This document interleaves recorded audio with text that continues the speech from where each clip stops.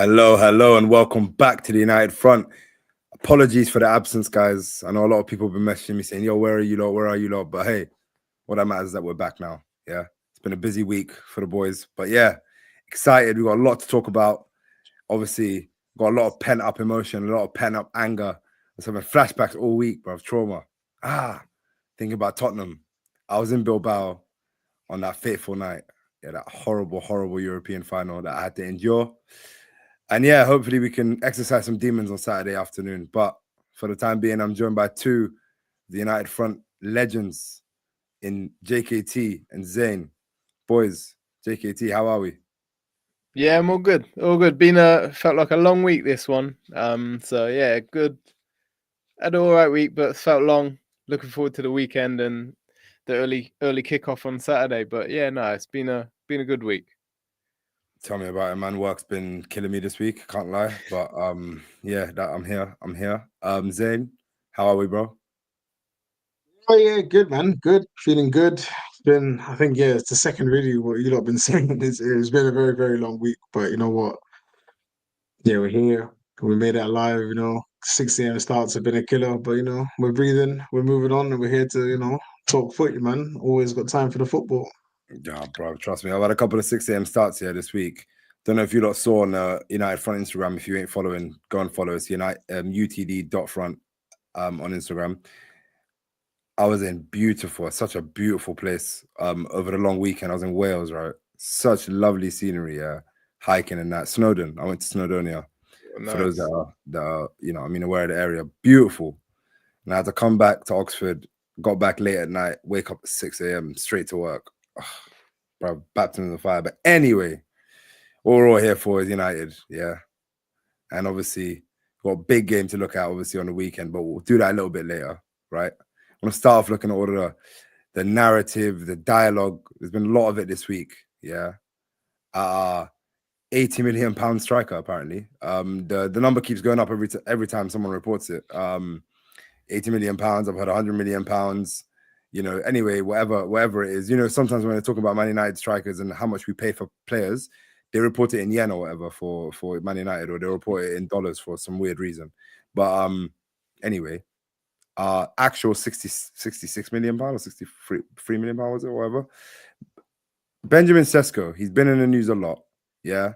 Gary Neville said he's way off it. He's off the pace. He looks awkward. There's been a lot of talk about him.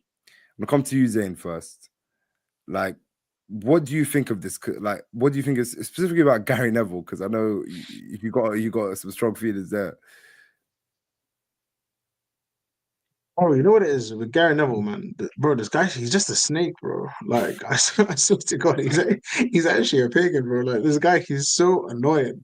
Like, we get it. You're trying not to be biased. I get the angle he's trying to come from. He's trying to be that guy in it. So nobody can be like, oh, this guy's biased towards United.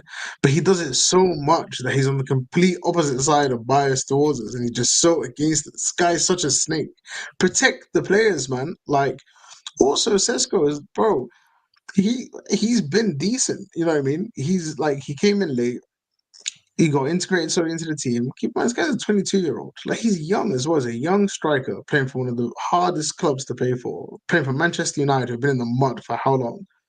You know what I'm saying? He's been and he's actually done well. Like, even in the games where he hasn't scored, he's still played well. He's good on the ball, winning the aerial duels. Like, he's actually been a big part of the team, I think, man. And like, Gary Neville, bro, it's just like, if you're going to give that analysis on him, you need to give it to most of the strikers that we've seen this year in the league. Like, honestly speaking. So I don't know. I think it's outrageous, man. I think he's a bit of a snake, man. I can't lie. Bro, I can't lie. I pretty much agree with everything you said. I can't lie. Like, I actually love Gary Neville. Like, I like listening to him, even though he's. I feel like in the past maybe year or 2 years specifically, I feel like he's just like his football opinions have just gone like completely way too far. Like, in terms of like, I feel like he says a lot of stuff to just like have that. I don't know, a lot of like headline stuff. Like, it's almost like hyperbole. A lot of he talks a lot in hyperbole, but it's not just Gary Neville. We saw that Athletic, obviously, they put out that thing about the agents rating strikers. I've never ever seen agents rate players or anything, but for the first time ever, they put it out, and obviously the worst player that they rated, the agents, was Benjamin Šeško as the worst signing of the Premier League. JKT, how do you feel watching Šeško this season? Do you think obviously it's just a lot of hype, or do you really feel like what, like are you just as worried as these the people in the media seem to be? I just think it's way over the top. I don't really know what games they're watching with all of this comments, like I can't remember the word he used, but uncomfortable or something like that. He said he didn't look right. I don't know what he's. Yeah, that was it. Awkward. I definitely don't see an awkward striker whenever I've watched Šeško play. He first mentioned it after the Brighton game where he got an assist, and I thought had a decent game. The game before that, when he came on for the last few minutes against Liverpool, every game I've watched him, for a big guy who I hadn't seen much of him before, his touch looks good. He looks like he can play football. He looks like a footballer. Like, if he's not getting the goals, he's still involved. He still can. His link-up play is not the worst I've seen from a striker. I just don't really know why he's just choosing to come for Šeško, especially after the Forest game where I don't think any of our front three were good, really. If you're gonna, I don't think that's the game where you pick one person out. You just say the whole front three weren't really at it today. Yeah, I don't really know why he's fully going in on him like this. It seems like you guys have said he doesn't want to be biased to United, so now he's going so far the other way. Like, I think Carragher's now overtaken him as a pundit. Like, I feel like I can rate Carragher's points and views more than Gary's nowadays. Like, yeah, it's weird. I don't really get it. You know what? I hate to actually agree with you there. To be honest, I think they're both kind of annoying, Nev and Cara, but I do like listening to them. It's weird. Like, it's almost like those people that you don't like, but yeah, maybe you enjoy listening to. Do you know what I mean? I do this relationship, man.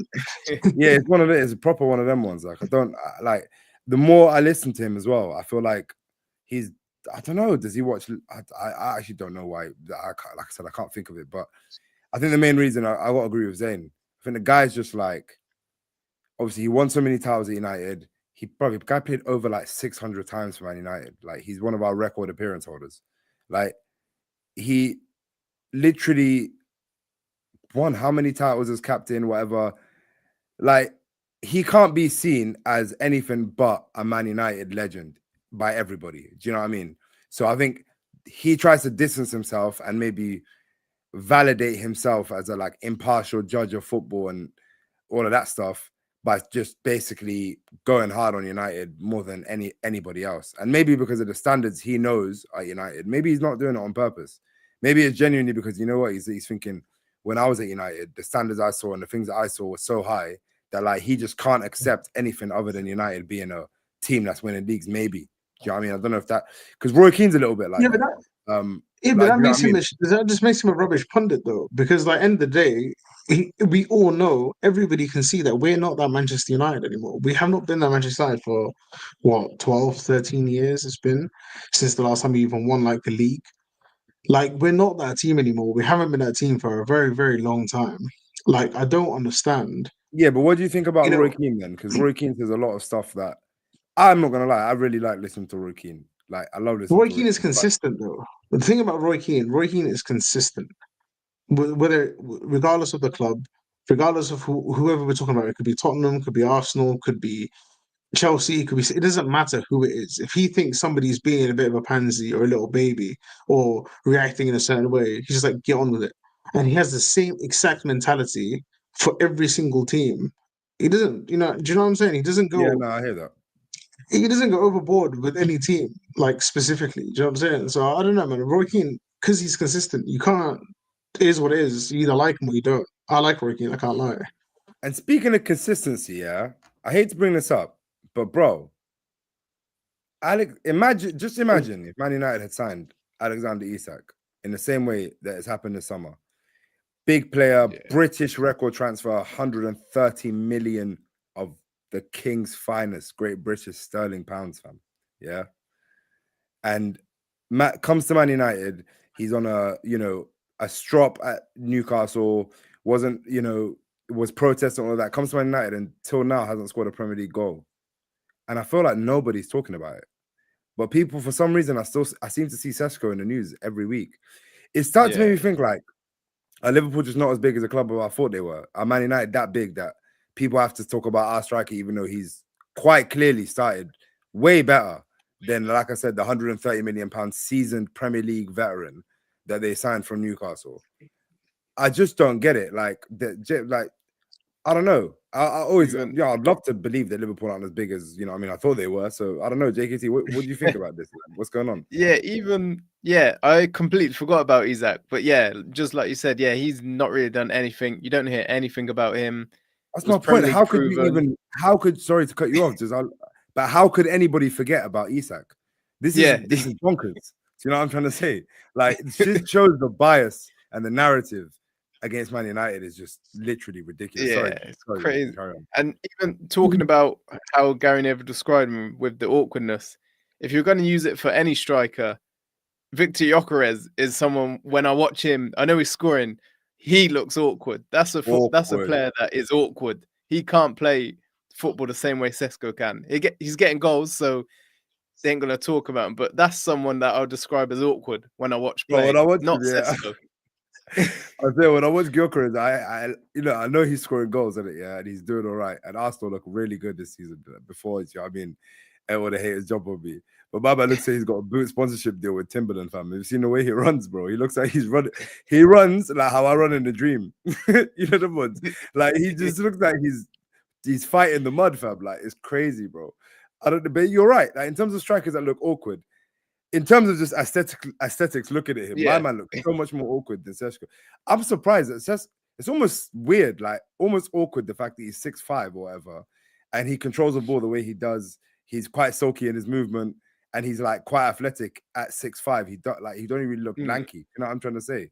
I'm saying, I know you're button to get in here. Like, what were you trying to say? What were you gonna say? Well, now what you talking to me or Jay? I thought you were trying to say something a second ago. No. The thing is, no. So obviously, I'm still laughing. I'm not gonna lie. The Timberland sponsorship is still killing me. I can't lie, because it's actually such facts. That's why it's funny. But the thing is, I was thinking back to Isak.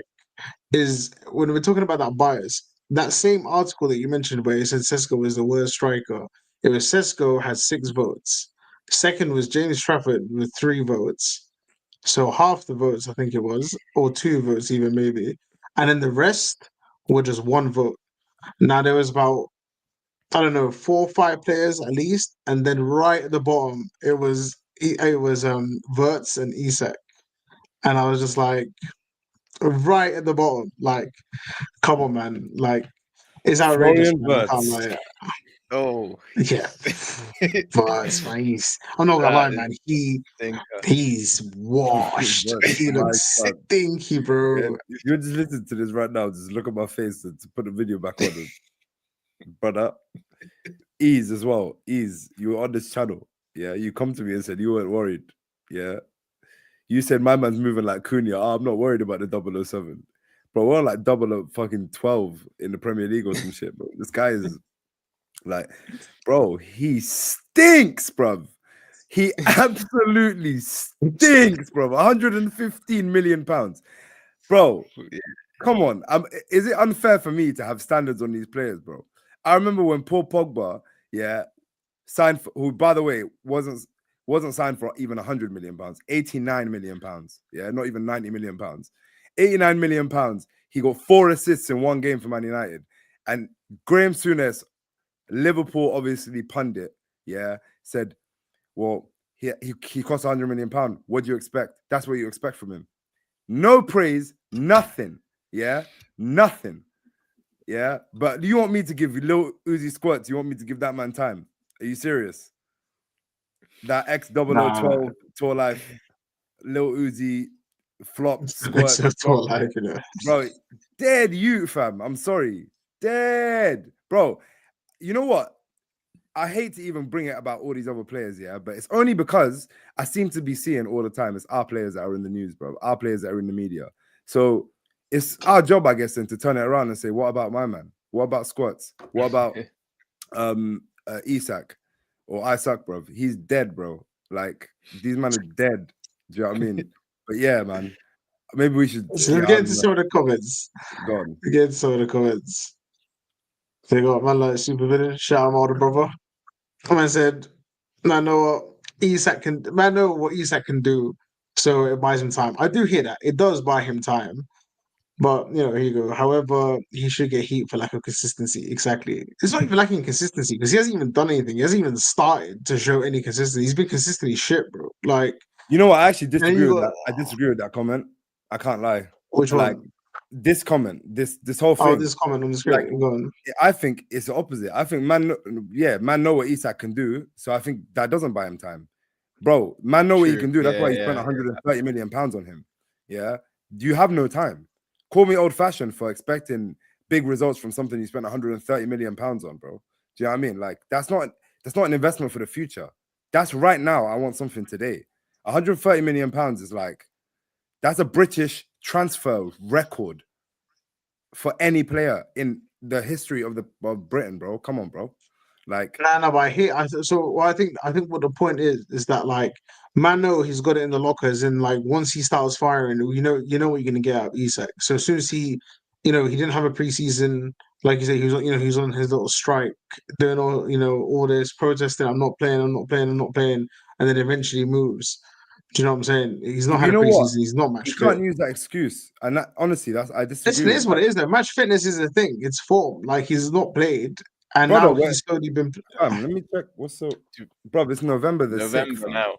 It is that excuse can't be running any That much excuse longer can now. no longer It's run, brother. The season started almost 3 whole months ago. August 15th or whatever the season started, bro. Listen, man, like, I suck it. I 3 hear it. months. He's actually trash. He's trash. I hear it. I'm with you. I'm fully with you. That excuse don't run. Yeah, man, I hear it. Yeah, bro. So I can't even believe it. It's in November. And also, I know what he's done in a Newcastle shirt. I don't know what he's done in a Liverpool shirt. I've never seen that. And when you get bought for 130 million pound, mate, it's time to prove again. I don't want to hear about what he's done at Newcastle. That shit don't run no more. It don't swim. Yeah. We've got all the way now to you've been paid. They paid 130 million pounds for you. The transfer's also a bit weird because one thing he's also proven throughout his whole career is that he gets injured for a significant period of almost every season. At least 6-7 weeks he has out. And that's only going to get worse as you get older. That was happening when he was 22, 23. So like 130, I don't know. I personally think if Man United made the transfer, bringing it back to United now, we would be absolutely cooked, grilled. There would be specials on United in the morning on TalkSport, on Sky Sports, on everyone's sports, bro. There would literally be week-long conversations about how bad the signing Man United made, bro. So I'm not having it. I'm sorry. He needs to go. He's got. I hear that. Yeah, he's getting that, judged, bro. And he's coming from the Premier League as well. So bun him. Yeah, Fam. There's no adaptation. Nothing, bro. So yeah, he can do one. But yeah, anyway, let's move on from that situation and Benjamin Šeško. Let's talk about, again, I'm not going to talk about the revenge just yet. JKT brought up a great point earlier when we were discussing. There's been a talk about from the United hierarchy this week. We've seen obviously Jason Wilcox on the first episode of this Inside United, I think it's called podcast or something along those lines, that Man United, the actual club, have released for the first time ever. They've never really done this type of all access stuff. And yeah, we had Jason Wilcox obviously talking. JKT take the lead on this. I didn't watch the whole thing, but I saw a bit of it. Yeah. What do you think of it? Yeah, so it seemed, like you said, first time we've kind of seen this sort of insight into the club, and it's from my point of view, it's kind of what fans, I think most fans want to kind of see this sort of stuff. It was quite good to hear. So he went over, spoke in a bit of detail about scouting, how they do things, working with Vivel.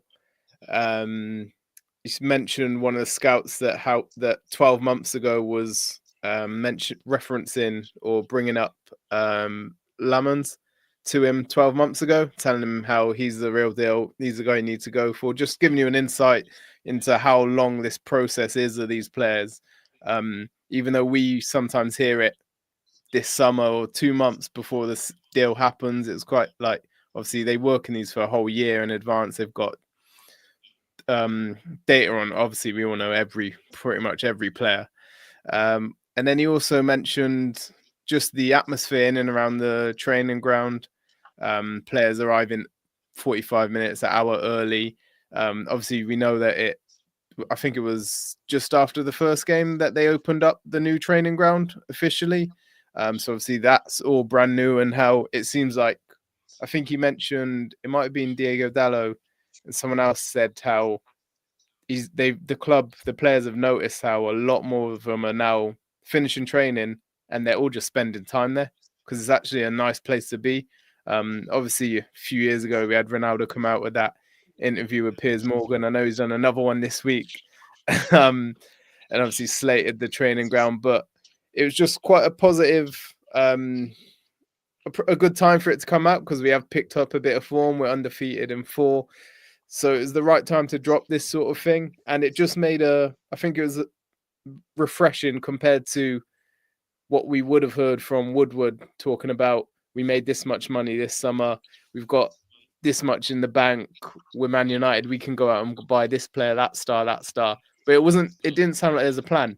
When I'm hearing Wilcox talk, I know he's not a big name, and I know he came in as the technical and then pretty much got jumped straight up to director of football, but with little experience. But when you hear him talk, it seems like him, Barada, Ratcliffe obviously came out a few weeks ago and mentioned how he's backing, how a manager should get 3 years backing him, which kind of just ended. At least now the press can't go at him every week now. If your boss has come out and said that, they can't really keep writing these stories anymore. So all that backing and hearing them talk, it looks like we've got a plan now, and we're starting to hopefully see the start of that plan take place, and hopefully we're just progress through it now. But yeah, hearing the director of football talk in a positive way, and you just watch it and think that's a footballing person who's in charge of the footballing side of Man United for once, and hopefully he can get this right. You know what? That's honestly music to my ears. Like, there's so much you said there that I want to pick up on. And I know Zayn didn't watch it all, but I wanted to ask you a couple of things as well, Zayn. But like, it's just going back to what you said about the Senna Lomans thing. That's something that stood out to me personally, because I was actually quite clear on this channel. I came out quite openly. I talked to Zayn plenty of times about it, and I was like, I don't want to get Emi Martinez. Even when we started the season really badly with the keeper, I was like, I don't want to get Emi Martinez. I'd much rather go for this unknown quantity in Senna Lomans, even though I've never seen him play, because I was just like, it seems like the smarter thing to do. We've seen the best of Emi Martinez. He's only going downhill from here. He's quite old. You know, he's 34 or whatever. He's looking for a last big payout. It stinks of old Man United. Give an old player who's proven that he's a top quality at his best, but he's on his way out. Give him the big contract he wants in his last contract at Man United, and watch him come and deteriorate and spend his last couple of seasons at Man United. It spells out old Man United, right? But instead, the club, went and got Senna Lomans, and based on what Jason Wilcox was saying in this interview, it was data-driven, but also well-coordinated between everybody, between the head of, the scout, like you said, that mentioned it to him, you wouldn't stop talking to him about it. So it means, okay, they're listening to the scouts on the ground, but then you've also got the recruitment team. You've got Vivell that leads that recruitment team. You've got obviously Jim Ratcliffe, even though he's the owner, he's got a part to play in it. Omar Brada's got a part to play in it. It seems like it was really joined up thinking, is my point, from the scouting team all the way through to Wilcox, all the way through to Amorim. The man, like everyone seemed like it was a quite good, streamlined kind of situation, and that for me was music to my ears, because we signed Senna Lomans, we had no idea about him, they did, and now it looks like everybody, including like all of the fans who are probably saying that we should have signed Emi Martinez. I was still hearing that until a few weeks ago, by the way. So, I think they must feel vindicated now, because I don't think anybody now would say that I'd rather have Emi Martinez over Sene Lamons. I think you got him for a cheaper price. He's probably on a way smaller contract. Obviously, you know, it must be that's finally some sort of joined up thinking at Man United. Like you said, finally football people making decisions at the biggest football club in England. Like, do you know what I mean? It sounds crazy, but we've never had that, which is actually crazy. What's crazy is that Man United have never had since David Gill and you know Fergie, we've never had footballing people in footballing positions, and we've seen the result of that. Zayn, obviously, I know you haven't seen it all, but just from what we've said, you know, what do you think? I think for me, to be honest, is very refreshing.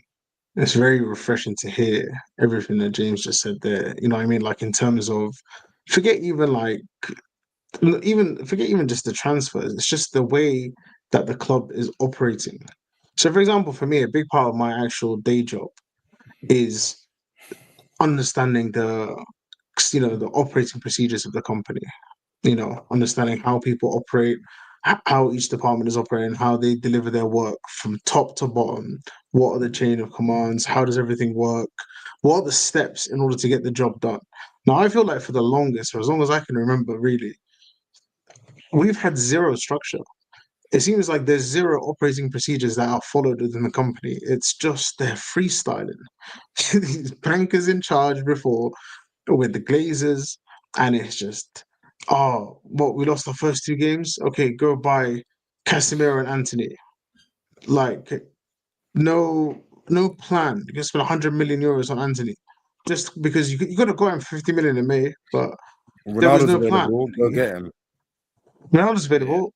Okay, Ronaldo. I'm not gonna lie, Saudi, I back that one because at the end of the day we couldn't let him go to City. So I'm actually, I don't, I'm not gonna lie, I don't mind that one because that's Sui. You know, for him, you can freestyle, but anybody else, you can't.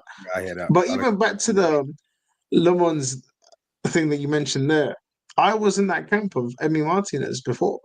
I'm sure you remember. I was in this. I was saying I don't really know. I don't really mind. However, slightly. I'd probably prefer to go for Martinez just because I was so traumatized from what I've seen from buying it already during this season. And then on top of that, from last season with Onana and these guys, these just stinky guys. And I was like, you know what? At least Martinez, I know what he can give me, and I know he's at least better than those two.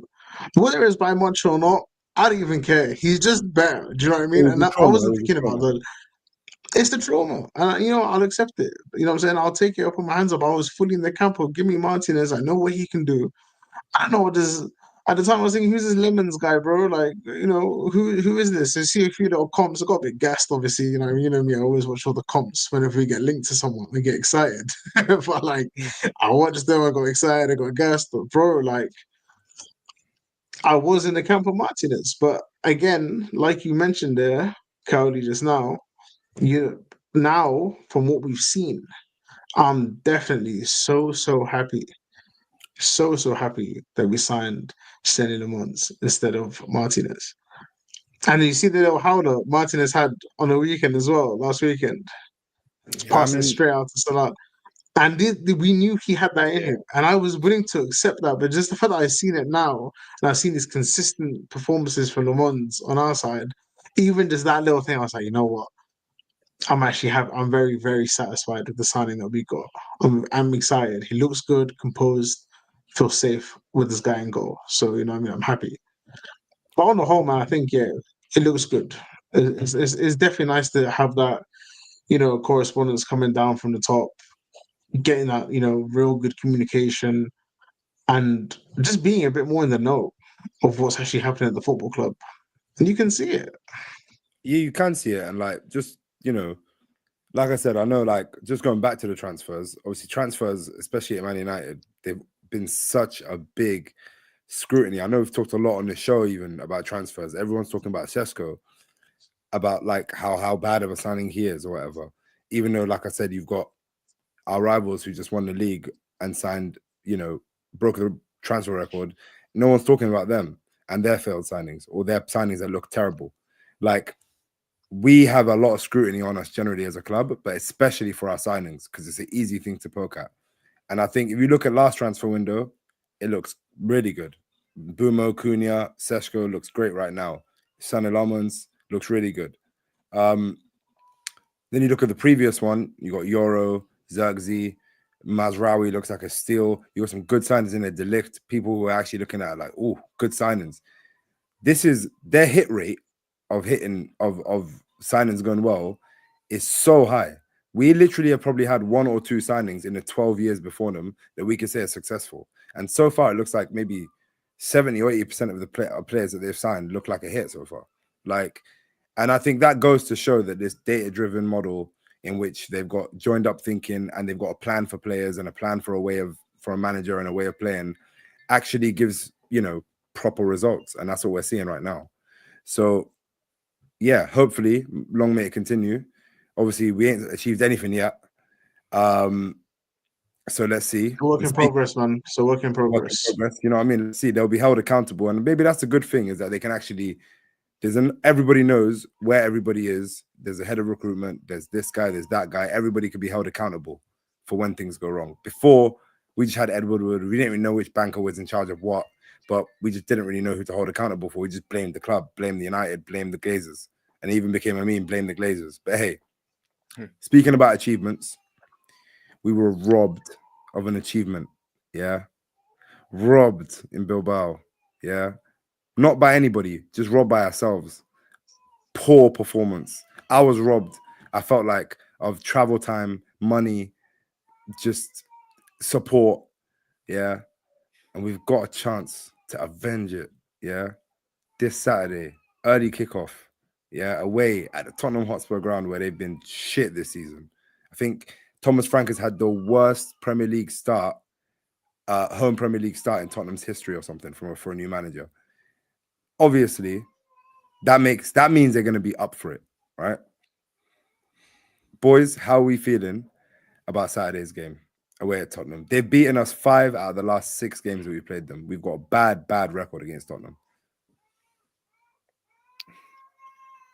Like, yeah, obviously, sorry, I was just going to say that I've been getting flashbacks all week from that night in Bilbao.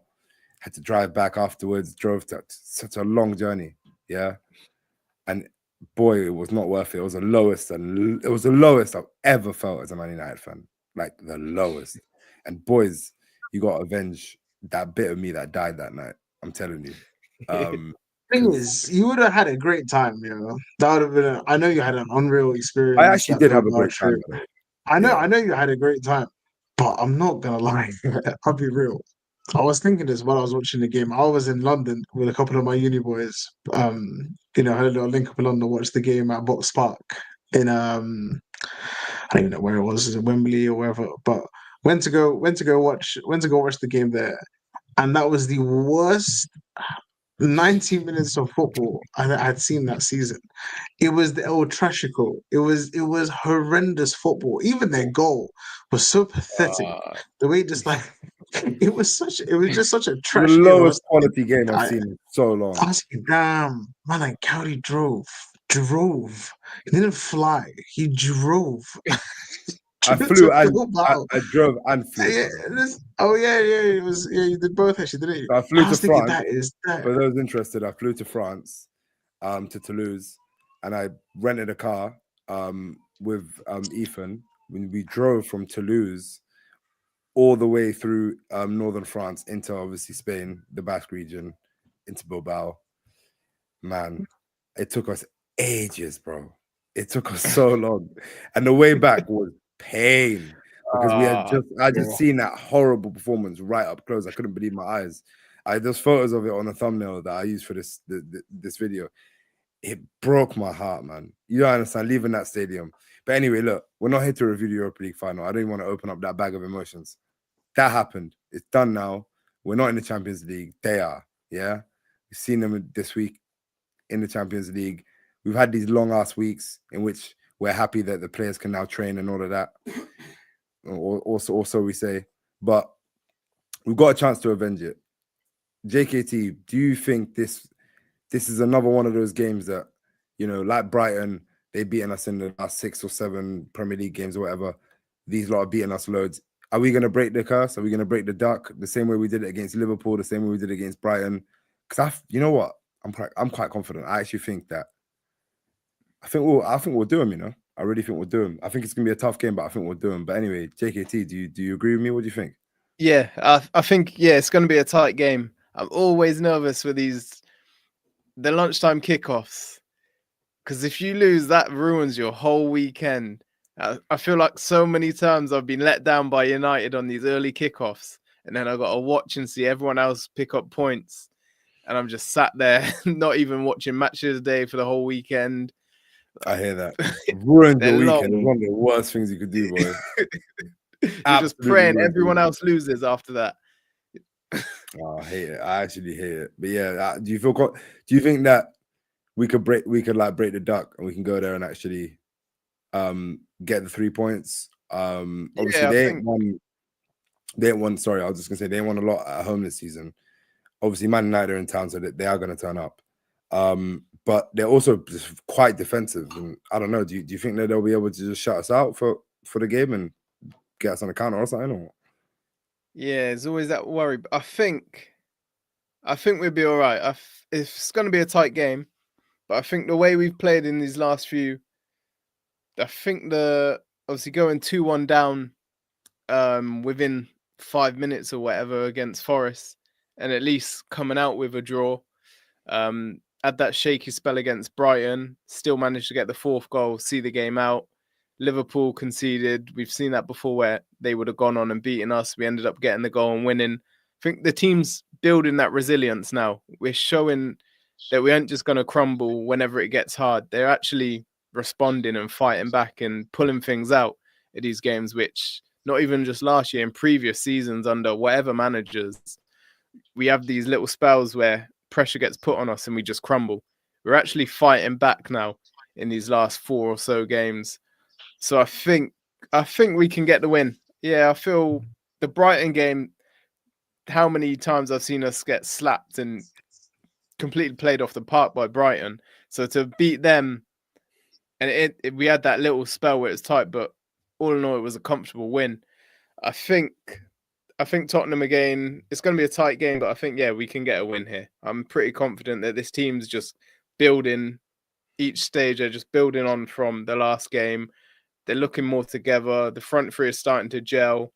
Defense has been pretty steady. We know pretty much until certain players come back, we know our starting back three, maybe 1 or 2 changes, but we've got a consistent squad now and they look like they're gelling together.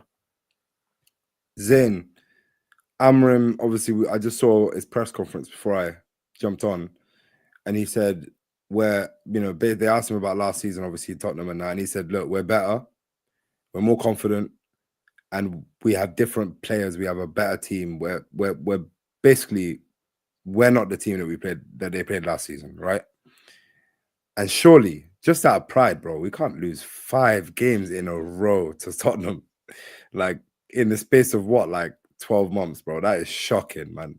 Like, what do you think going to Tottenham Hotspur Stadium? Oh man, I'm constantly battling 2 minds. You know, you feel like you got an angel on your shoulder and a devil on the other shoulder. I feel like this is literally me all day, all week. I've been going back and forth like, hey, you know what? I reckon we'll win. Then I got the devil whispering here. It's like, nah, you're not gonna get pumped again. They're gonna do you lot again. It's gonna happen again. But you know what? Nah, in all honesty, I think this season has been the season of, you know, we've a season of surprises, really. You know, the game is what I thought we'll definitely probably lose, most definitely lose. We've ended up winning. I thought we'll lose at Anfield. Um, you think that's what history shows. You know, we always lose at Anfield or at best draw. We went and won. Then Brighton again, they beat us what 6 out of our last 7 games against them. And then we went and pumped them as well. I think we absolutely smoked Brighton as well. So I think Amram's right.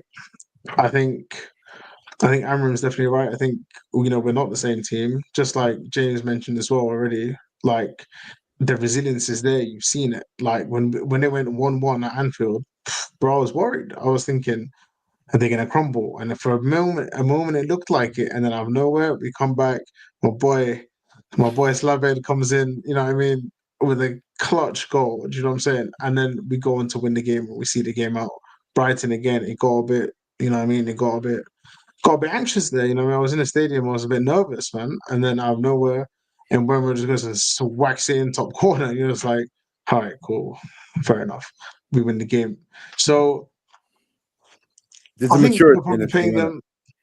There's a Yeah, there's maturity in the yeah, performance. there's definitely been a lot of growth. There's been a lot of growth in the team. I think it's unfortunate that Tottenham have just, gone and won like what 4-0 midweek in the Champions League at home.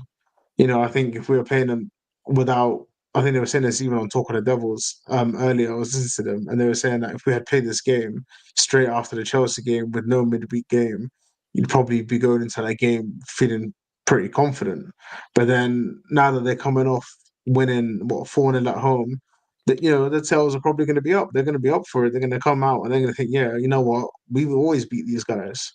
Do you know what I mean? You know how we say lads is Tottenham. They're probably thinking that about us. Like, yeah, it's United. Even when we were crap last season, we still beat them. What last season they beat us 4 times. 4 times, Do you yeah. know what I'm saying? 4 times last season. Like, and they were horrendous. Like they were awful. And they still beat us, you know what I mean, 4 times in all comps. So I think they'll think they can get this, but I think that will work in our favor. I think that'll work in our favor because they're going to go for it. And the second they're playing that open football, trying to go for it, they're not going to be playing as defensive. I think they'll think that they can beat us and they'll get gassed and they'll feed off that and we'll catch them. And I think then we can actually punish them in those open spaces with the likes of Cunha and Buemo. You know what I mean? Like Šeško flicking them on. And you got those two running in behind. I'm not gonna lie. I think we'll win this game. You know what? I I think agree. I think we'll win. To be honest, like with Tottenham, the way that they play, I do think that United are actually the way we've been playing this season. I feel like we're quite well set up to play against a low block. I think we've got, like you said, players on there. Ahmad looks like he's finding form. That goal he scored against Forest was amazing. Obviously, the game before he played really well. Like he's starting to find his feet a little bit. And Boomer didn't have the greatest game against Forest, but we know what he can do. That was actually an anomaly that he didn't have a good game. It was an odd one out, if anything. Cunha again finding his feet. Mason Mount's back. I think Šeško could probably do with a goal as well. Yeah, I think we're confident, and most importantly, I'll start this. Just a bit of a battle cry in it for the game, like for all the away fans are going to be there. Most of them probably would have been in Bilbao in the summer, yeah, and my heart goes to them, yeah, because these lot, they travel up and down, far and wide. That was the first time I think I actually gone abroad with United, but it's tough, man. You go there and you see thousands of United fans, yeah, that do this on a regular, and they're going to be at the game on Saturday, willing the team on, and if there's no other reason, yeah, United need to go out, yeah, and put on a proper performance just for that. Just for the fact that those away fans are going to be there, just to pay them back some of the time that they wasted, the money they wasted on getting to Bilbao, on losing that time, that effort, the pain, bro. I was seeing people in tears, bro. Grown men broken. I was almost one of them. Yeah. And yeah, I think we've got a great opportunity to show that growth. You know what I mean? Show that maturity in our performance, that consistency as well that we've been seeing. Go out there and Bumo. Go out there and show them why you didn't want to sign for them. Show them why you told Thomas Frank to go yard, bro, when he tried to come for you and said, I'm only going to United. Yeah. Luke Shaw, show them you're better, bro. Go and get booked on Saturday, bro. Go put in a sick performance and then stick a nasty one on one of these players as well, bro. Let them know you're there. You know what I mean? Because you were playing in that game in the summer in Bilbao. So you should have some professional pride about you. So just go in there and just hurt someone anyway. Yeah, like Roy Keane said, just hurt somebody else to make yourself feel a bit better. You know what I mean? Stick it on someone. But yeah, I think that's probably a good place to end it before I start getting, you know what I mean? Be mad in that. But Listen, before we end it though, I do want to get into a few of the comments quick go before on, go we on.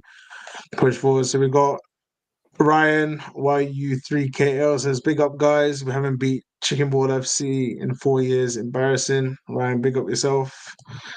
Here's your comment there. We got at 3ATB football glazing for that Lemon Donny in goal was crazy from you, man. I can't lie. So you know what? Shout out the haters in the chat. You know, we always got room for the haters, man. Listen, yeah, we're glazing and what, man? Let us glaze. What we got a goalkeeper who can actually, you know what I mean, keep the ball out the back of the net and then not be his, you know what I mean, without it being his fault. I'm all right with it, even if it goes in, man. It's okay. We take that. Mr. Wikipedia 100 got a better goalkeeper than one you had in the Europa League final. Very true. What was it? Thou shall not say his name, but you might need to avenge that loss. El Šeško, horrible game for a final. I'm not gonna lie. That's some some real shit right there, man. We need to avenge. Just like Cowdy said, it's for the fans. Forget yourselves for the fans, man. The fans that suffered in the Europa League final. You know what I mean? Get them in there. And like Connor Jordan, 5 watching. Come on, number 7. Yeah, big up yourself, Connor, man. So just get involved in the chat, guys. Get involved in the chat. Let us know what you guys are thinking. Mr. Josh Goes Gym says, "Come on, lads. You know, we appreciate you. Appreciate you showing up. We know you don't like football, but you know what I mean. Is that the Appreciate real the Josh love, man. Yeah. Is that Josh? You know what, guys? Make sure you follow him on Instagram. Josh Goes Gym, man. If you know what I mean, you need some motivation. You need to go to the gym. You know, some you want to work on your mental health. You know what I mean? You need any life coaching. This is your man, Mr. Josh Goes Gym, man. Or Make if sure you you give him want, a follow. to be honest, you should change it to Josh Goes Running because he runs a lot now. He's kind of left the heavy plates. Don't do that as much. Left that stuff to me and the other big dudes. And now he's just running, and swimming and triathleting. So shout out Josh Goes Gym, man. Always shout him out on TikTok, and Instagram, all of that. Get to following. Get to following. Make sure. We got Super Villain comes back and says, "Has he kept the clean sheet yet?" Yes, he has indeed, my friend. He has. So shh, hold that. The West End are saying, First game "Hold on." against He's an Sunderland, Arsenal. though. These men, yeah, I hear that. These men don't even concede though. It's peak. They don't even Guys, make sure you target, also. man. Yeah, I hear that. You know what? Fair play to him, man. The season's probably theirs. But guys, make sure you smash a like on the video, subscribe to the channel if you are new. Show that support, get in the comments, keep letting us know what you think. Before we end it though, score prediction, boys. What we saying? I'm gonna go 2-1 Tough one, isn't United. it? 2-1. Okay, fair. 2-1 United. Who's scoring? United. Bruno Fernandes will get a goal, and Šeško will get one. Interesting. Mr. JKT, what do you reckon?